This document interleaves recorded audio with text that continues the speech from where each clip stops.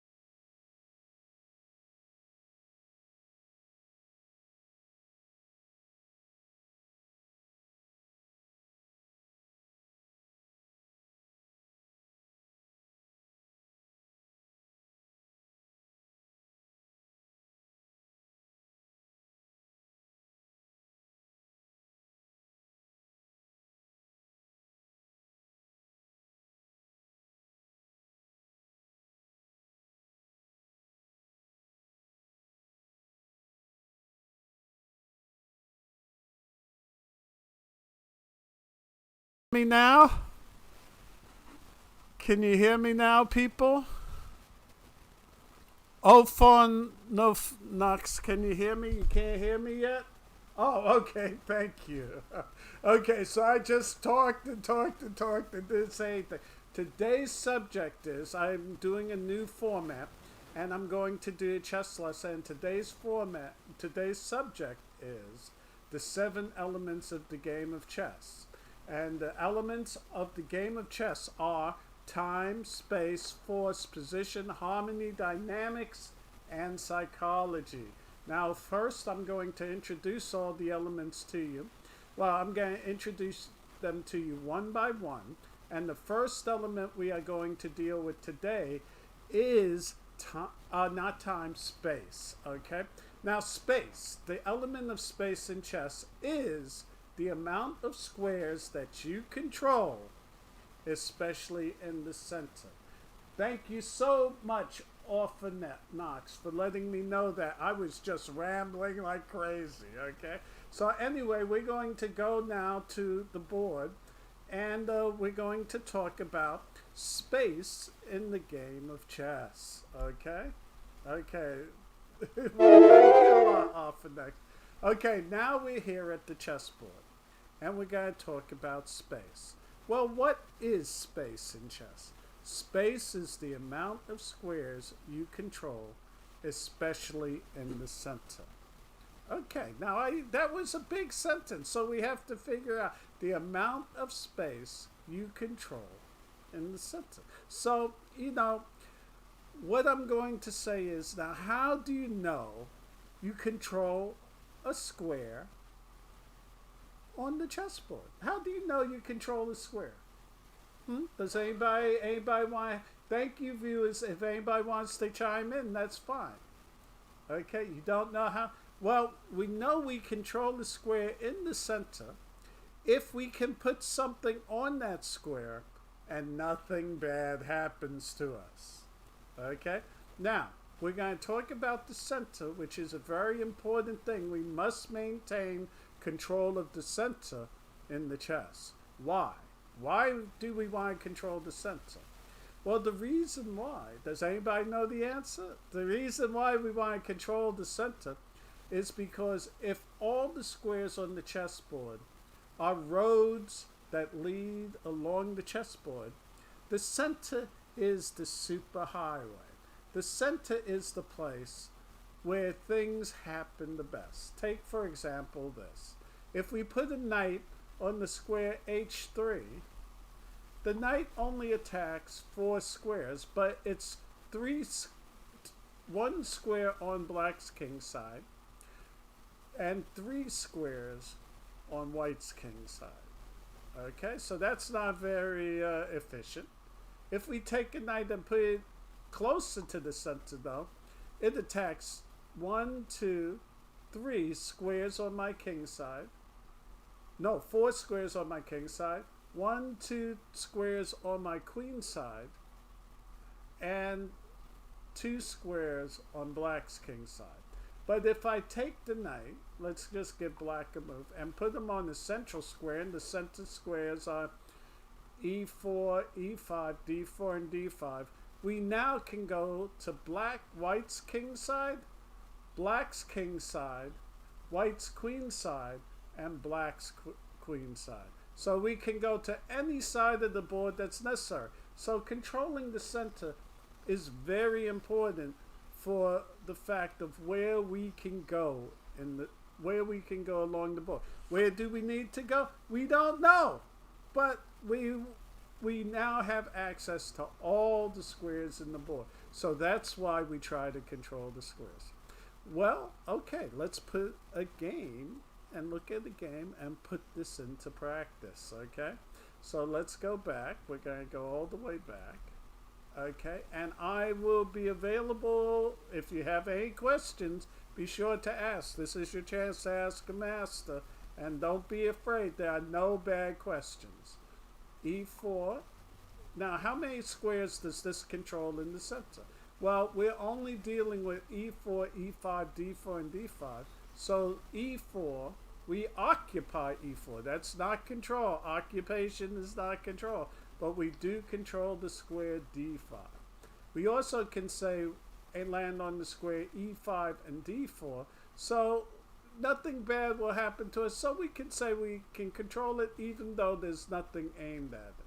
Black does the same thing. And as you can tell, he attacks the square D4. So if white puts anything on other than a pawn, it can be taken. So white is controlling D5. Black is controlling D4. Now white attacks E4. Black E5. The knight's attacking E5. And the knight is defending. Now white brings out his bishop. And D5 is being very... Now anything comes on D5. White has now absolute control of D5. And black does the same with bishop C4. So D4 and D5 are pretty much controlled by each of the enemies, and they occupy e4 and e5. Okay, so let's see. Now white plays c3. Now this, believe it or not, even though it's a pretty standard move, this move sets up what we call an imbalance. Now let's talk about this too. And let's talk about balances and imbalances in chess because it's very important. Chess starts out not equal, but balanced. I want you to think of a scale, okay?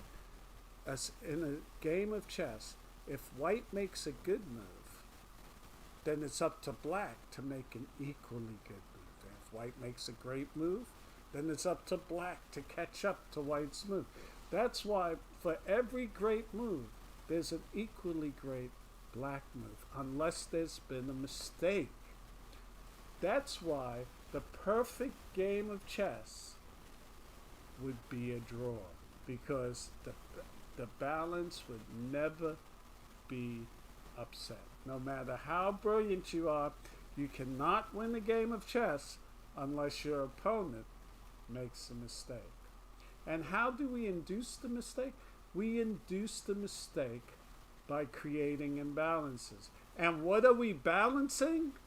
Why, the elements, of course. We're balancing time, space, force, position, harmony, and dynamics. These are the things that we are balancing. These are the things we are trying to control in the game of chess and trying to gain an advantage in that would be more than our other opponent's advantage. Okay? So here, white plays the move c3. What's white trying to do? Well, white is contesting black's control of the d4 square, right? But he did this at a price. What happened? White played c3. And when he plays c3, he trades time for space. Time. What is time? Well, time in chess is the amount of pieces that we have out. If we have out even one more piece than our opponent, we are ahead in time. Time is very important, especially in the opening part. It's an element. So white is balancing time. But how is he balancing time? Well, because he moved a pawn. Remember, time is the amount of pieces we have out. But white has moved the pawn. And the pawn has moved. Well, what does that give black an opportunity to do? Bring out a piece. So black plays the move knight to f6. Knight to f6, attacking the e4 pawn, but more importantly, bringing out a piece. And in bringing out this piece, right, he now has an advantage of time over white. Okay, so black is ahead in time. But white, after he plays the move d4, and we exchange off pawns, white now has a more important influence on the center than black does. Now, we are not going to play the perfect moves here because we learn by other people's mistakes. Okay? So we are going to show you a mistake. Really, this mistake loses the game for black. It's a mistake that you should not make if you're in a similar position, because it can lead to a terrible, terrible loss, a very quick loss. Okay? And the move that the opponent plays, that's a mistake. Oh, I'm fine, CD menu, just teaching a little chess. So how are you doing? Oh, Connor, how are you doing, Connor? Yeah, well, I'm glad you're back. Connor says he's glad to be back, and I'm glad he's back, and I'm glad I'm back. I'm glad we're all back. We're all back. Okay. And if you have any questions about the lesson, we are talking about I'm glad Connor's feeling great. Well, Connor has been a big help for me in starting out this little stream thing, and he has been a constant and good friend. Thank you, Connor. Okay, Connor is great. Okay, now we're in the time of talking about balances and imbalances and what the mistake that black makes. Oh, you're most welcome, Connor. You're most welcome. It's a pleasure to see you. Okay, the best thing to do for black is to check white with the bishop. The bishop is attacked, so it must be moved. And the best move would be for black to gain a little time and make white pause and check him. And white will then have to play either bishop to d2, knight to c3. Those are the two main moves. And this is actually called the Italian game, the Gaiocco Piano. This is the Gaiocco Piano. Let's see, what is it called? It has a German name, but I forget the name. I'll get it for you next time. Anyway, okay, so bishop to b4 check should be the move, but the opponent does not do that. He should do bishop to b4 check.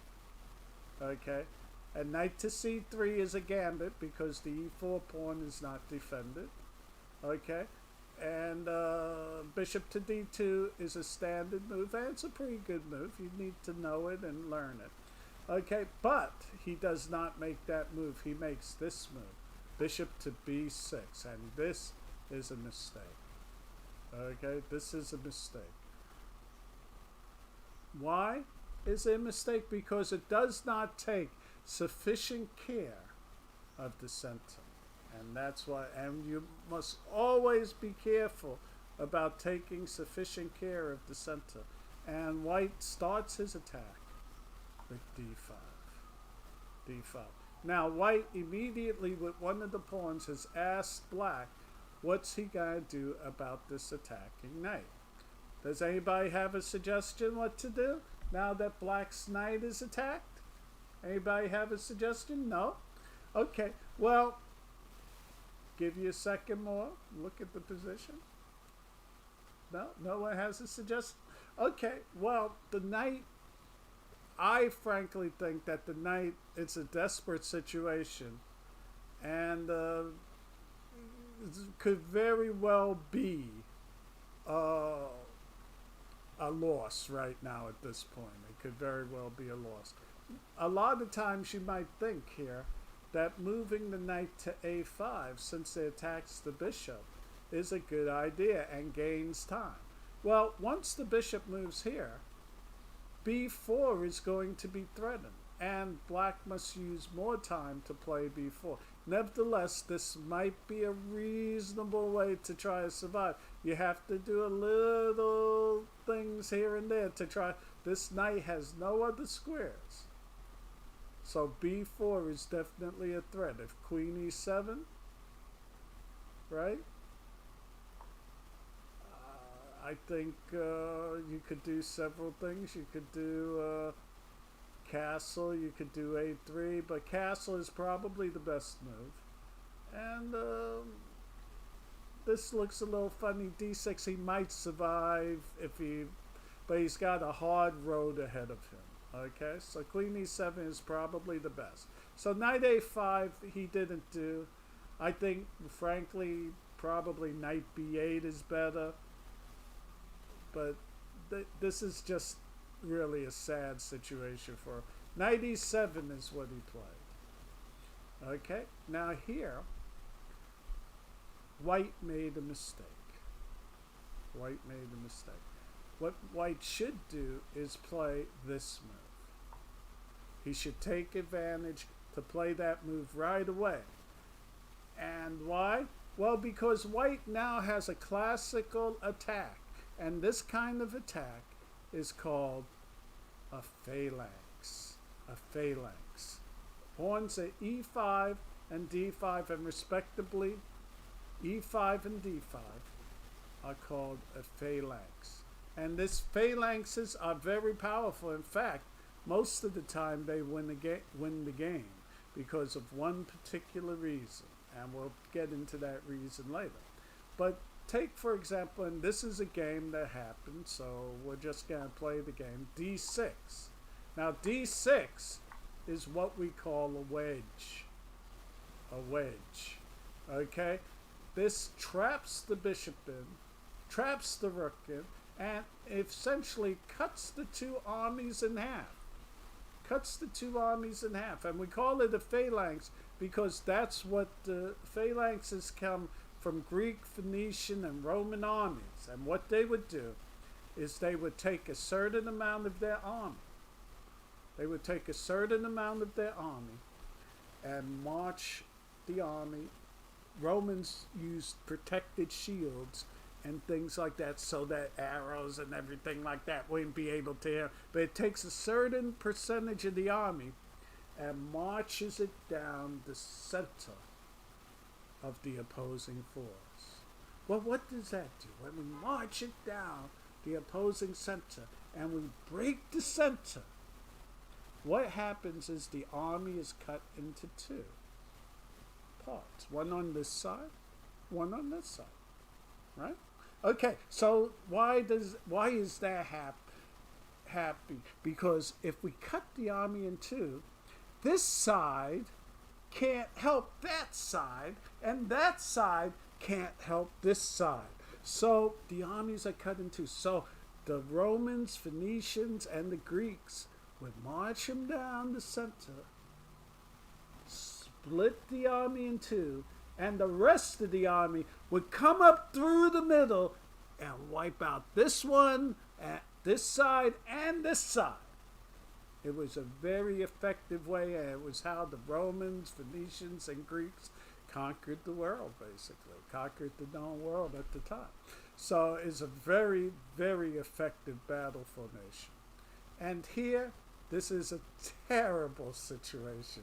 Terrible situation for black right now. And it's probably lost. Okay, so here, the game, I'm just going to continue the game. You could look at the analysis later. We're going to come back. Okay, but queen b3, knight takes. Queen b3, that's a fork. King, okay. Queen b3, knight takes rook. Bishop takes. King over. And bishop to g5 essentially ends the game. The knight is going to be taken and the queen is going to be lost. Okay, well, can he plays this way? And when king comes over, gets the queen out? No, it doesn't work because pawn takes is checkmate and bishop takes is checkmate. So really, the game was lost. And why was it lost? Because of the phalanx. So this was an opportunity that the opponent missed. d5. Okay, let's go back. 97 e5. And now he didn't do e5. But he should have did e5. And it's funny that he didn't do e5 considering that the guy who did this was a world champion. He was a world champion playing an amateur in a simultaneous exhibition. And the world champion was Alexander Alekhine. So Alexander made a little mistake here and played knight to c3. Now, black has to do a particular move. If he doesn't do this move, he is doomed. And let's give you a hint of what the move should be. In this situation, and we're going to promote this variation, in this situation, look at the central squares. How many central squares does black control? Give you a second. See if anybody can answer it. Well, thank you, Connor. Connor gave a hint, plug to my website, chessforchildren.com. And hurry up and watch the lessons on chessforchildren.com. That's the website. Well, let's see. That's that website right there. Okay. Because I am definitely getting ready to close it. So if you want to see the free lessons over there, only members. Yeah, we'll have a free membership, but only members will be able to have access to the lessons. Okay. Well, thank you. You don't have to be a child to enjoy. Ophonics says, I'm not a child anymore, but I enjoy the way you speak about chess. You know why? Because I love chess and I love teaching about chess. I love us all learning about it at the same time. So I give you a little something, and maybe you'll give me a little something at the end, and so we'll learn together. That's what learning's about. Okay? And so, anyway. The lessons are on my website. On the very first page, if you scroll down, you'll see a whole bunch of videos and everything on Chess for Children, okay? The whole bunch of everything. And don't forget, I'm not going to close it off for like about a month. I'm now exploring the technology, but it will be a membership site, and you'll have to be at least a free member to access some of the content, okay? So I mean, enjoy yourself. It's free now. Okay, good, great, fantastic. And thank you. The idea, the deal, the Death Cyber. Oh man, the Death Cyber. Good thing I didn't play today. The Death Cyber. Well, maybe that's not a good sign. Great name though, great name. Anyway. What move do you think Black needs to do? If Black doesn't do this move, he's doomed. He's doomed if he doesn't do this move. Does anybody suspect or think about what the move could be? What move could Black do to at least keep him in the game? No answers? Well, the move is D6. D6 is the move he has to do. Why D6? Because now he has a foothold in the center. On analyzing the board, remember, how do we know we control the square in the center? We know because we can put a piece there and nothing bad will happen to us. Now, a piece can go on E5 because it's protected by the pawn. Is that bad? No, exchanges aren't bad. They're okay. And we will have a little influence on this. But Black didn't do this move. Black didn't do this move. And it's a good thing for us that Black did not do this move, because in not doing the move, he actually teaches us a lesson. And see, that's what the great thing about chess is. You know, when we win, we win, and we're happy because we win. But when we lose, we still win because we learned something. And learning something is the biggest win there is, okay? So, let's see. D6. Yes, D6. Orphanex said D6 is such a natural move. Yes, D6 is a natural move. And, you know, chess players nowadays, and this game was in the 1920s, I believe. So they didn't know as much as we know now, or understand as much as we do now. But we can learn from their mistakes still. So, and that's what we're doing. Yes, D6 is a necessary and important move to be played right now. Very good point, Orphanex. Very natural. Okay, very natural. Yet, the opponent did not do that. What the opponent did do was, and let's take that move back, he castled.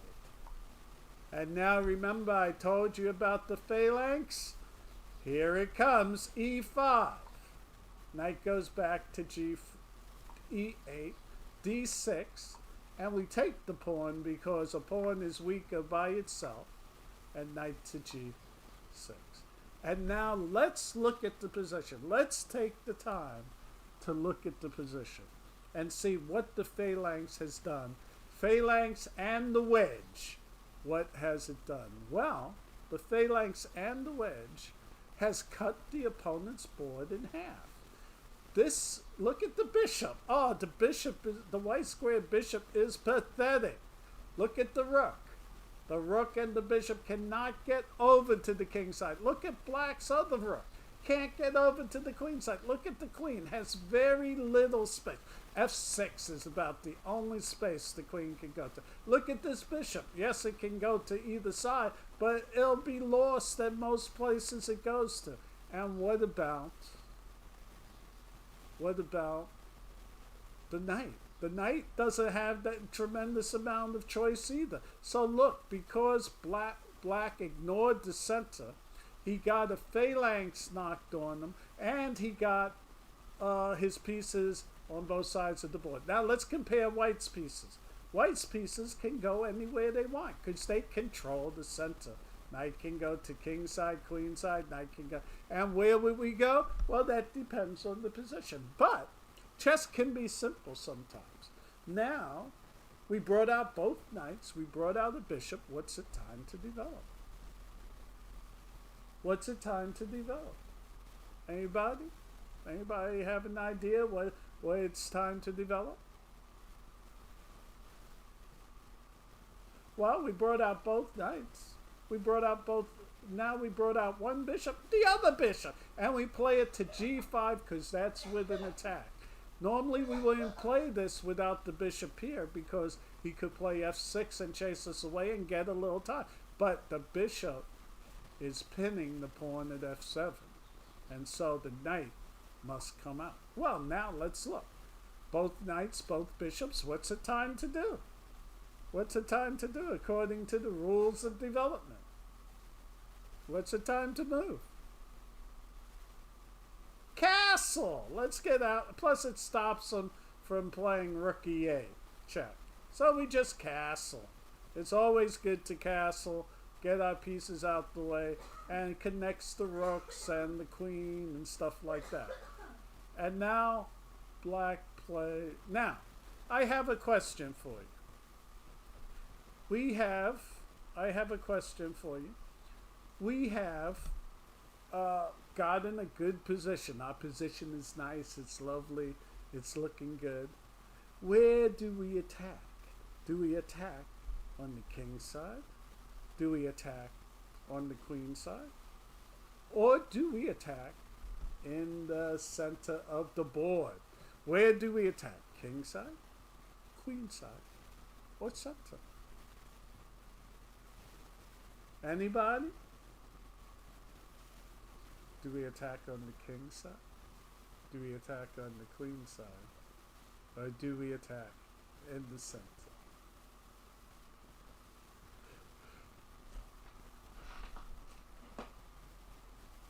Anybody? Oh, well, everybody's being a little shy here. No, we don't attack. And that was smart of you because it was a trick question. We don't attack on the king side. We don't attack on the queen side. What we do is we don't attack in the center. What we do is we attack on the weakness. We attack where black is weak.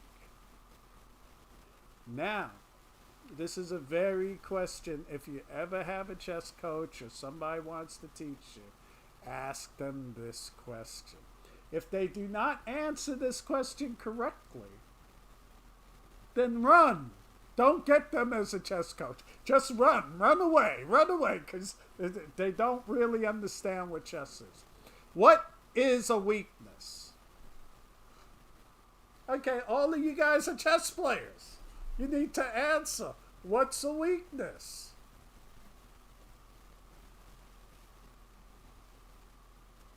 No? No one wants to answer?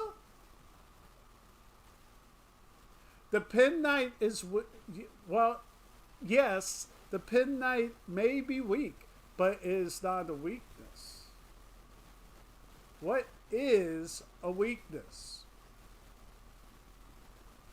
I mean, you've heard that word in chess all the time.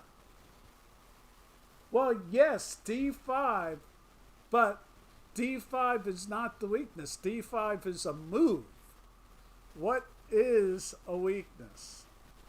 And believe it or not, orthodox, that would be the move if it was white smooth. Knight to d5. But why would that be the move? Why would that be the move? You are right. It would be knight to d5. But why would that be the move?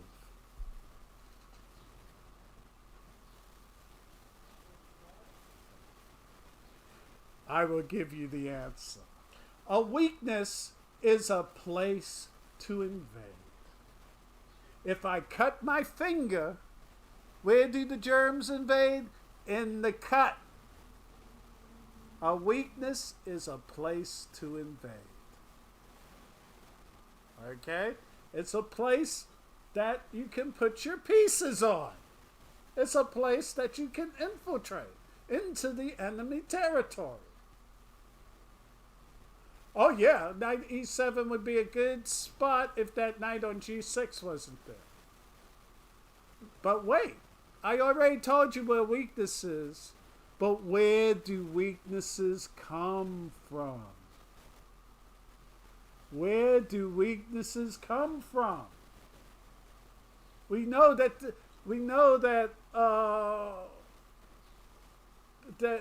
squares that we can invade, but where do weaknesses come from? Yes, all that's good and all these are moves, but where do weaknesses come from? And that's why knight d5 would be the move.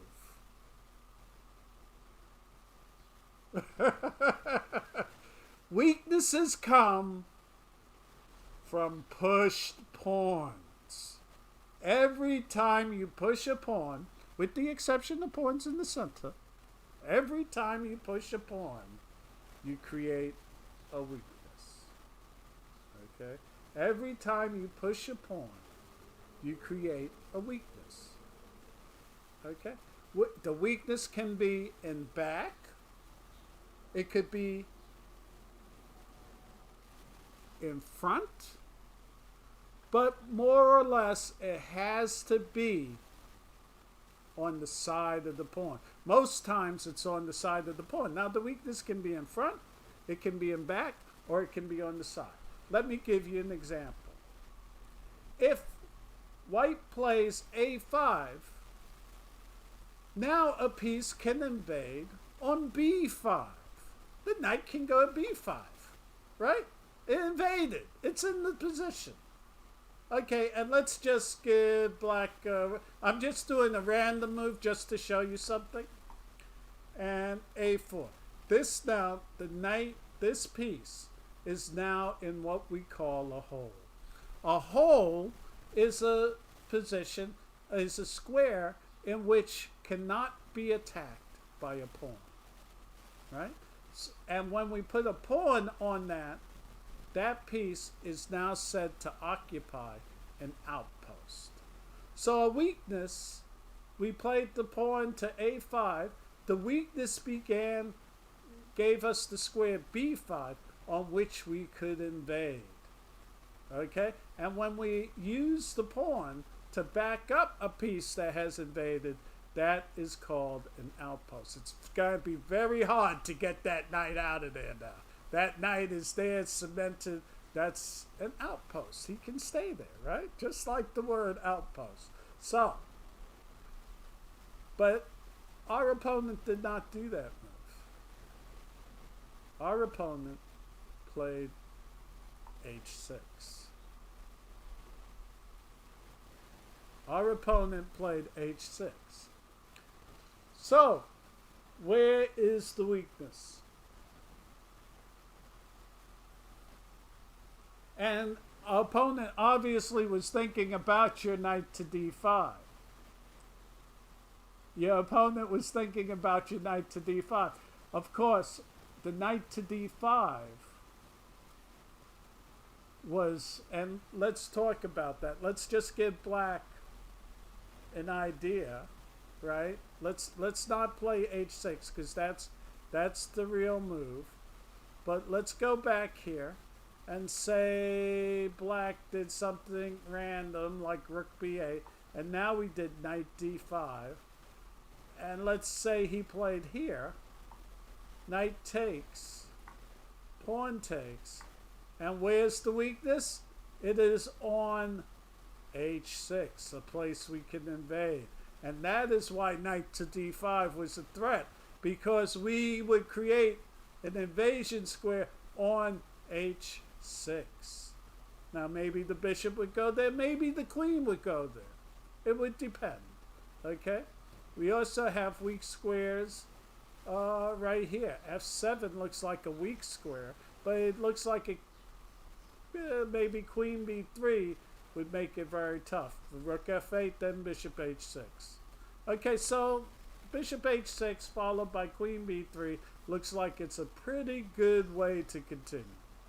Okay, so the weakness is at h6, and that's why knight to d5 was truly the way to continue if black had done something random.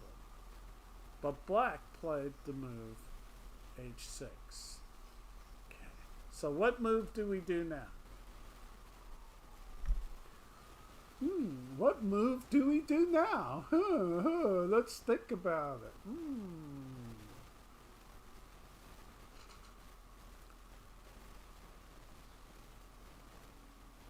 And black would love that bishop just to get out of that pinning mode, because it's trapping everything down. What move? What's the best move? Just call a move out, people. Hey, everybody, how you doing? Hey, viewers, how you doing? We got 6 viewers here. It's nice to see you guys. We're here. My name is Mr. C. My website is chessforchildren.com. And you can get free lessons at chessforchildren.com. Thank you for sponsoring me. Okay, how you doing, the Death Cyber? That's a cool name. I'm sorry I didn't take it. Death Cyber.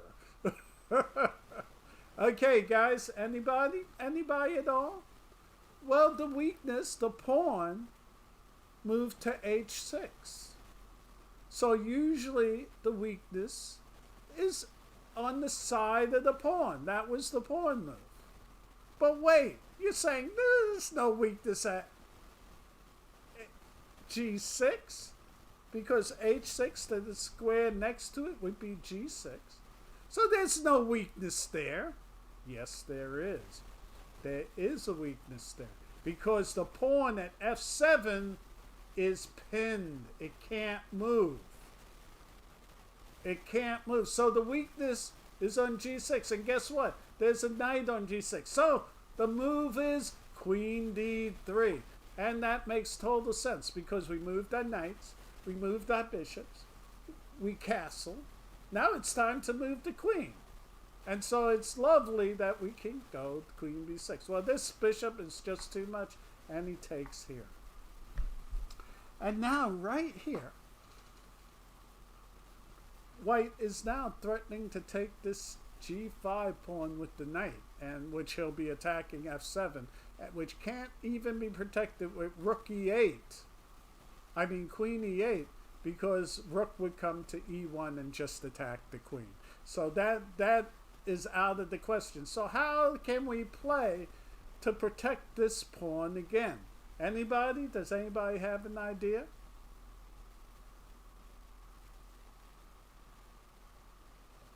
You were thinking about knight to h4? Yeah, knight to h4.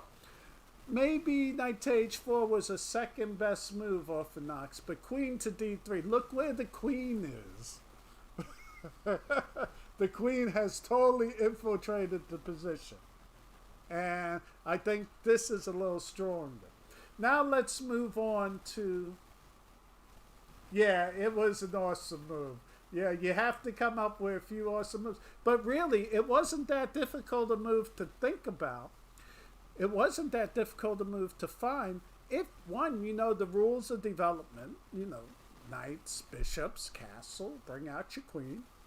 And where's the weakness, right? Where's the weakness? We didn't want to retreat the bishop, right? We didn't want to retreat it. We wanted it to, and it's much better to have a queen at g6 than a knight at g6.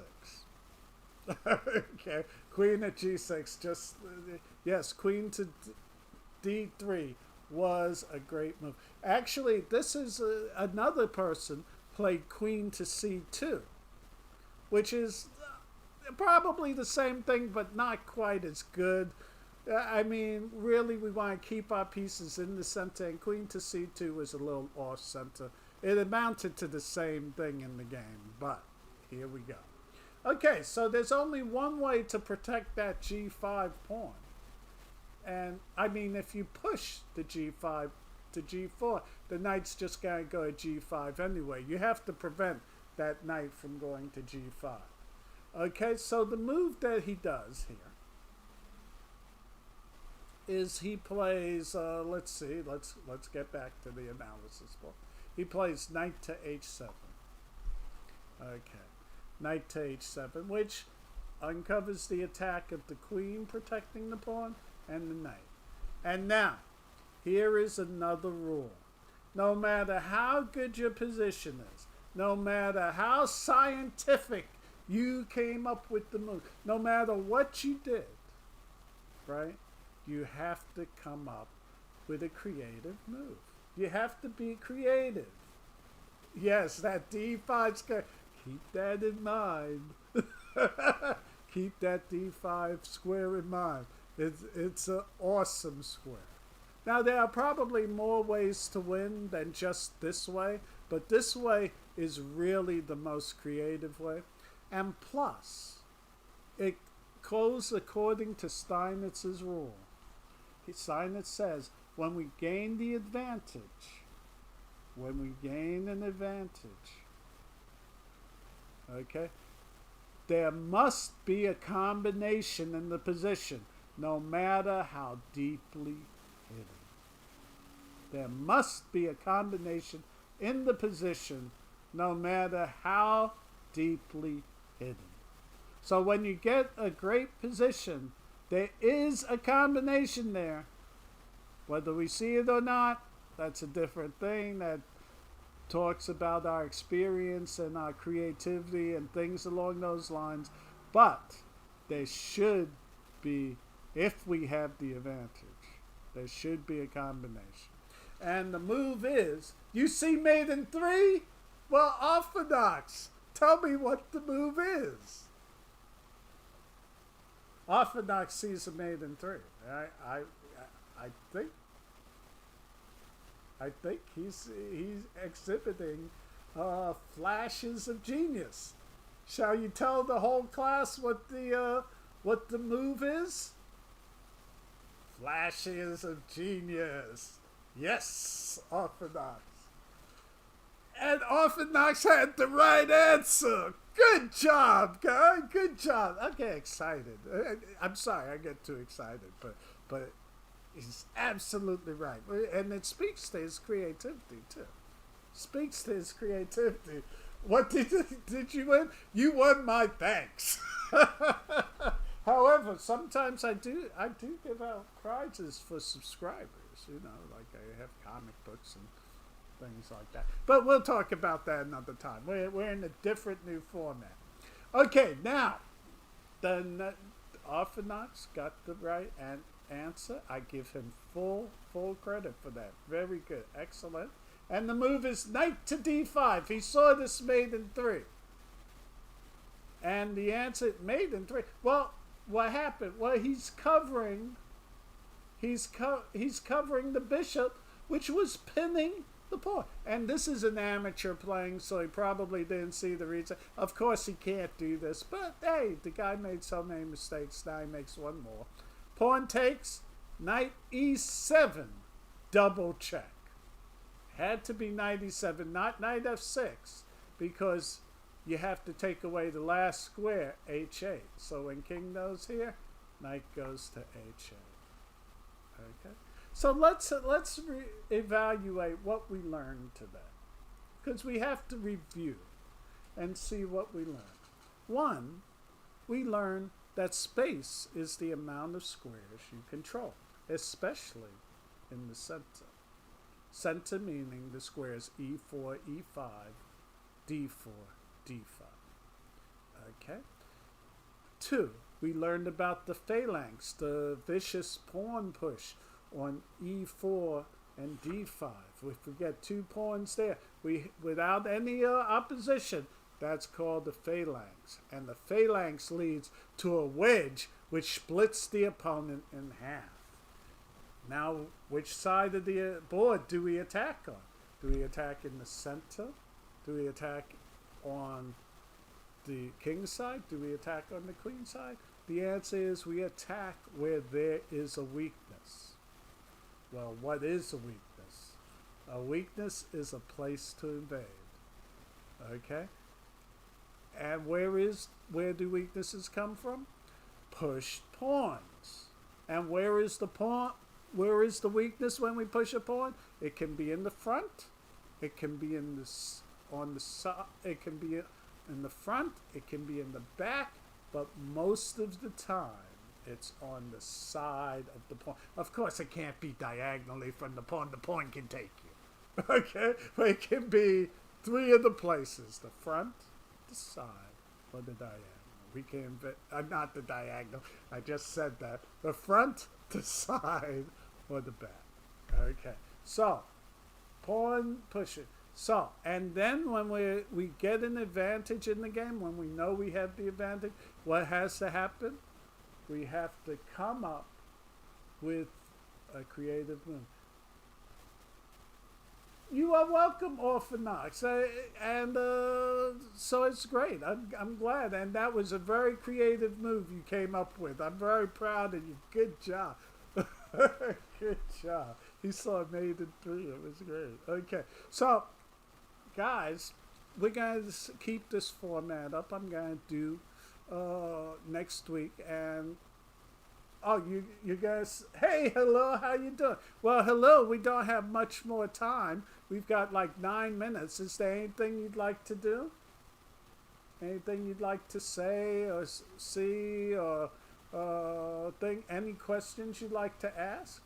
Hello, this is my student. He's one of the smartest guys around. Okay, and thank you for showing up, hello. It's nice to see you. It's nice to see you. He's going Okay, so here we talked about time. We talked about space, and next time we are going to deal with what to do when we're ahead in time. Oh, you're here too, Yotam. Yotam's another student of mine. I'm glad to see you guys. Always say hello to me when you're stopping by. Now, we have done a new format. Remember, my website is chessforchildren.com, where you can see lots and lots of videos. Soon I'll be closing it off. It'll only be open to my students, and it'll only be open to some people who sign up and, sign up for the free thing. But we'll be closing it off soon. But you got like a month, so don't worry too much about it. Okay. Yo, Tom, and hello. How you doing? Nice to see you guys. Okay. And let's see. We got 11:53. We are going to change our format. We're going to change it. Our format is changed. We are only doing an hour from now on Monday, Wednesday, and Friday from 11 to 12. We're not going to go to 1. Okay? We're going to go from 11 to 12. And this is National Master Steve Colding. And tell you what, I have a few minutes, so if anyone wants to challenge me, I'll be glad to play them any type of game under 10 minutes. Nothing over 10 minutes. Okay? No, I am not doing the Simo today. I am stopping the Simos for quite a while. Maybe I'll do Simos a little bit. Let's see. Is that Eastern? Yes, that's Eastern Standard Time. I'm from Brooklyn, so it's Eastern Standard Time. Brooklyn, New York, the coolest place in the world. Okay. I'm sorry about all you other people who come from almost cool places, but Brooklyn has been shown over and over again to be the coolest place in the. Hey, I'm here. That's enough to make it cool. Okay, and if anybody has any questions, I'd be glad to answer them. Okay. Anybody have any questions? We have down to 4 viewers. Okay. So let's see. I'll be glad to play anyone a quick game. And let me see. Let me go to big board. Oh, I got challenge, and we're gonna see the game. Okay. Let's see. Analysis board. Okay. Let me go to.